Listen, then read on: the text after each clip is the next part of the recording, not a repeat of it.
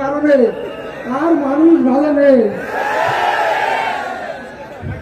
কি করে ভালো থাকবে? 17 বছরে সরকার যে আওয়ামী লীগ সরকার যে চাঁদাবাজি করেনি, 17 মাসে বিএনপিটা সেই চাঁদাবাজি। বিদায় আমার এই মানুষগুলো আর ভালো নেই। আওয়ামী লীগ বাংলাদেশের যে কয়টি আসনে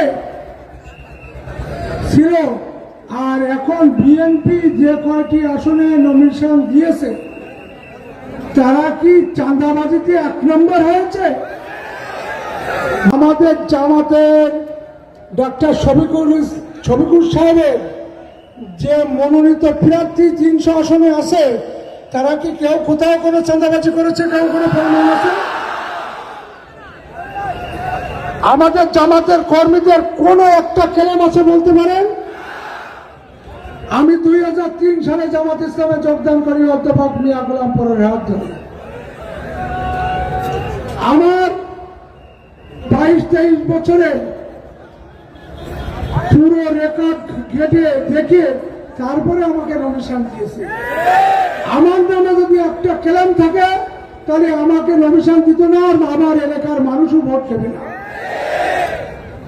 আমার এখানে আছেন মুহাদ্দিস রবিউল বাশার সাহেব, তার নামে কোনো একটা ক্লেম আছে?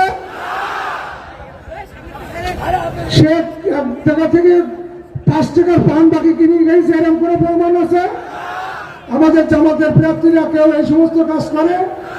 আমাদের কর্মীরাও করে, নেতা তো দূরের কথা, কর্মীরাও করে। এখানে দীপ্র একটা কথা বলে গেল যে হিন্দুরা হেজাব পরতেও রাজি, দাঁড়িপাল্লা ভোট দিতে। এটা কথা ঠিক না।